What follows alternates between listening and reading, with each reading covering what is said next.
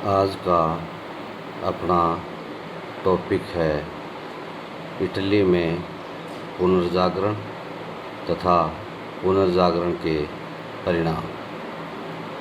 अपन ने पढ़ा था कि 14वीं से 17वीं शताब्दी के मध्य यूरोप में जो पुनर्जागरण हुआ उसके कई कारण जिम्मेदार थे, लेकिन ये पुनर्जागरण इटली में ही क्यों हुआ, इसके भी कई कारण रहे जिनका आज अपन अध्ययन करेंगे। इसमें सर्वप्रथम अपन ले सकते हैं इटली का उन्नत व्यापार।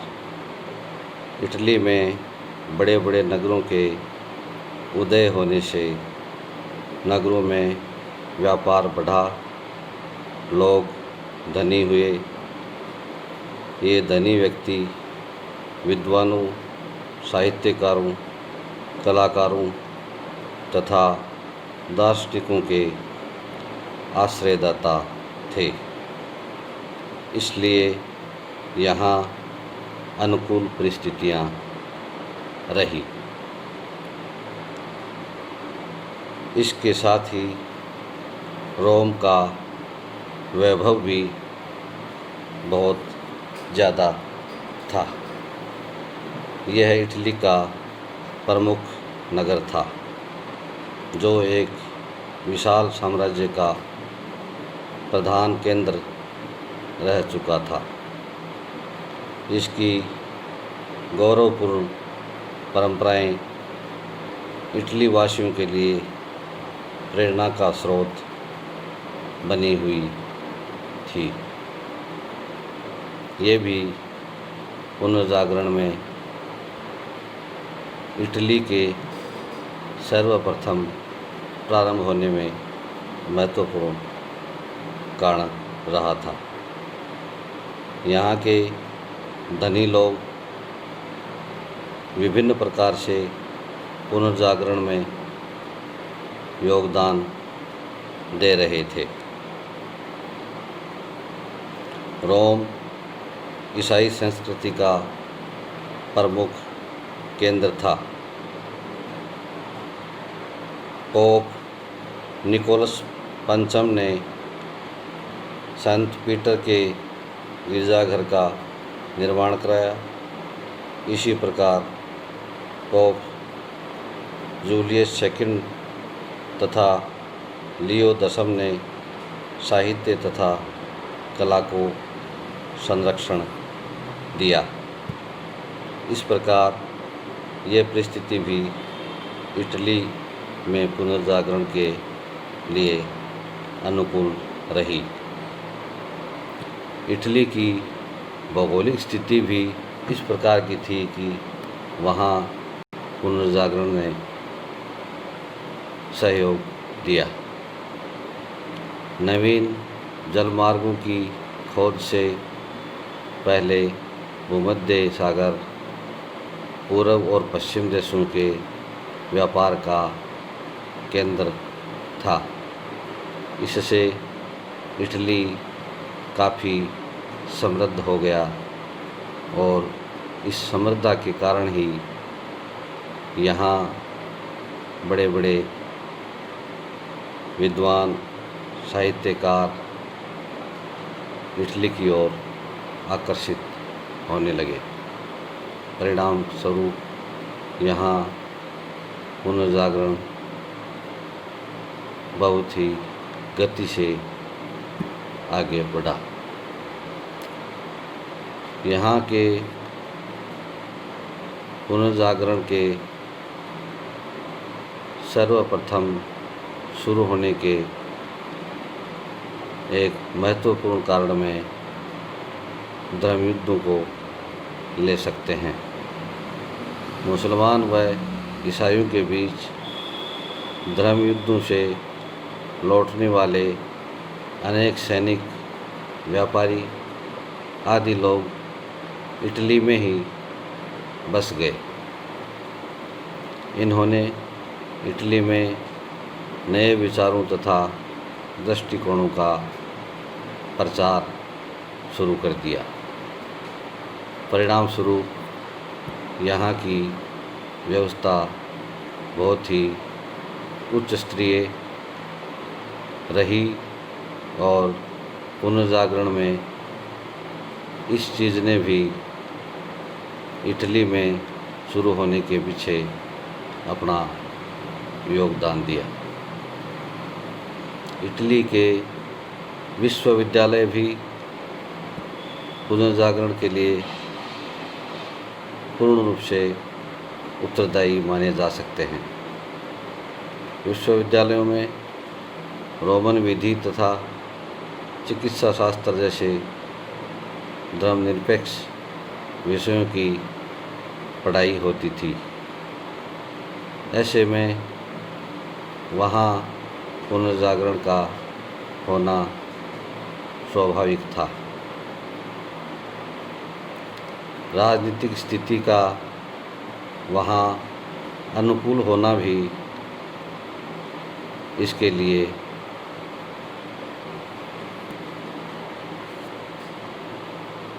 ज़रूरी रहा कि यहाँ पुनर्जागरण बड़ी गति के साथ आगे बढ़ा। इटली के नगरों में सामंत प्रथा विकसित नहीं होने के कारण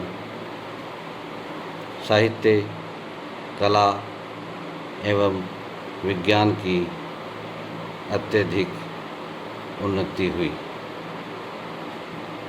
इसके अलावा अपन ले सकते हैं कुस्तुनतुनिया पर तुर्कों के अधिकार को, जिससे भी ये पुनर्जागरण आगे बढ़ सका।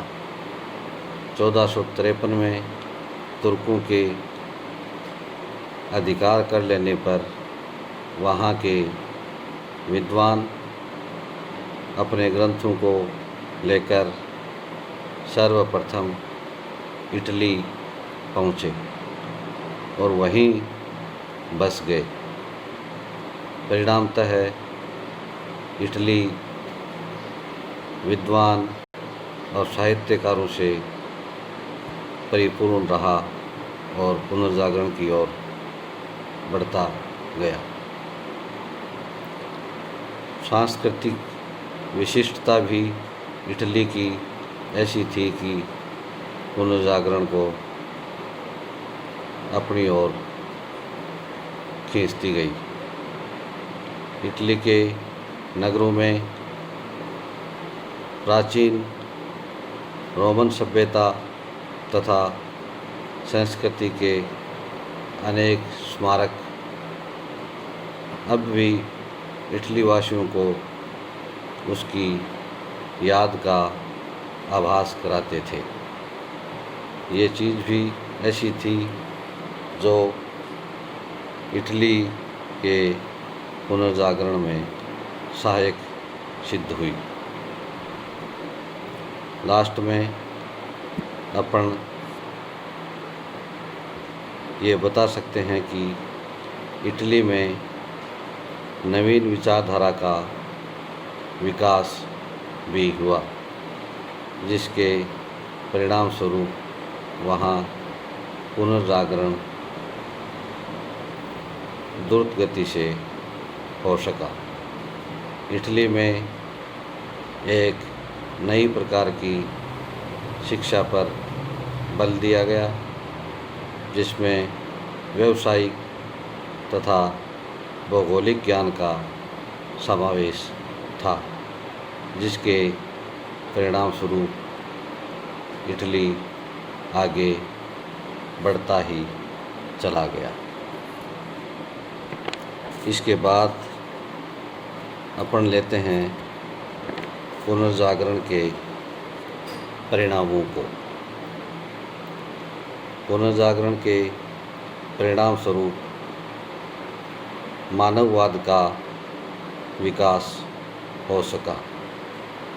अब पठन पाठन तथा चिंतन मनन का विषय धर्म न होकर मनुष्य तथा संसार हो गया। इटली निवासी पेट्रियार्क मानवतावादी विचारधारा के प्रवर्तक थे। अब प्राचीन संस्कृति एवं सभ्यता के अध्ययन के लिए अनेक विश्वविद्यालय एवं सांस्कृतिक संस्थानों की स्थापना भी हुई। पुनर्जागरण के परिणामों में अपन सामाजिक परिणामों को भी ले सकते हैं। व्यापारी वर्ग का प्रभाव बढ़ा तथा कुलीन लोगों के सम्मान में कमी आई। साधारण जनता में शिक्षा का प्रसार तथा किसानों को स्वतंत्रता भी मिल सकी। पुनर्जागरण के परिणाम में अपन धार्मिक स्थिति को भी ले सकते हैं। पुनर्जागरण से अंधविश्वास समाप्त हुए तथा पोप का प्रभाव कम होने लगा। परिणाम स्वरूप यूरोप में धर्म सुधार आंदोलन भी पुनर्जागरण के ही कारण शुरू हो सका। व्यापार वाणिज्य की खूब उन्नति हुई। भौगोलिक खोजों से व्यापार में वृद्धि हुई। यूरोप में पूंजीवाद का उदय हुआ। इसके साथ ही स्वतंत्र चिंतन एवं वैज्ञानिक दृष्टिकोण का भी विकास हो सका। पुनर्जागरण काल में तर्क का महत्व बढ़ा तथा स्वतंत्र चिंतन करने लगे और हर व्यक्ति अपने विचार व्यक्त करने में स्वतंत्र होकर अपने महत्व को इंगित कर सका। पुनर्जागरण के परिणामों में अपन आगे देखेंगे राष्ट्रीयता की भावना का भी काफ़ी विकास हुआ। सामंतों की शक्ति के समाप्त होते ही शक्तिशाली राष्ट्रों का उदय हुआ, जिससे राष्ट्रीयता की भावना का हर व्यक्ति में विकास हो सका। धर्म सुधार आंदोलन की ये एक तरह से पृष्ठभूमि बन चुकी थी। इससे मनुष्य में स्वतंत्र चिंतन तथा तार्किक दृष्टिकोण का उदय हुआ। अब धार्मिक आडंबरों तथा अंधविश्वासों से विश्वास उठ गया, जिससे धर्म सुधार आंदोलन का मार्ग प्रशस्त हो सका। पुनर्जागरण के परिणाम स्वरूप ही भौगोलिक ज्ञान का काफ़ी विस्तार हो सका और शिक्षा के क्षेत्र में भी काफ़ी सुधार हुए। अब यूनानी व लैटिन भाषाओं का विकास हुआ और इन भाषाओं के माध्यम से साहित्यकारों ने अपने अपने दृष्टिकोण रखे। देशी भाषाओं का भी विकास हुआ, जिसमें अंग्रेजी, फ्रांसीसी, जर्मन, स्पेनिश आदि को अपन ले सकते हैं। इस प्रकार पुनर्जागरण के कारण यूरोप में या यूरोप की स्थिति एकदम बदल ही गई और हर आदमी अपनी स्थिति को उच्च स्तरीय आंकने लगा और देश के विकास में अपना महत्वपूर्ण योग दिखाने लगा।